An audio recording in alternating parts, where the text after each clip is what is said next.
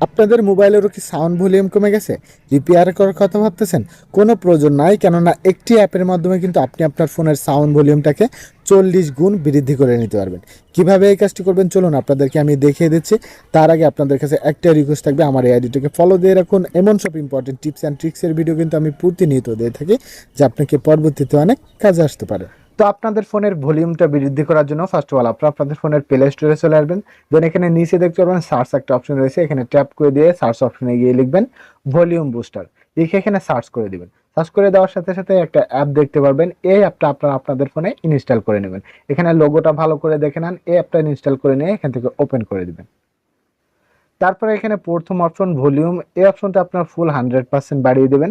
তারপরে নিচে দেখতে পারেন বুস্ট, এই অপশনটা আপনারা এখান থেকে 40% বাড়িয়ে দিবেন। 40% উপরে করে রাখলে কিন্তু আপনাদের ফোনের স্পিকারটা একটু ঘ্যার ঘ্যার করতে পারে। তো আপনারা এখান থেকে এটা 40% করে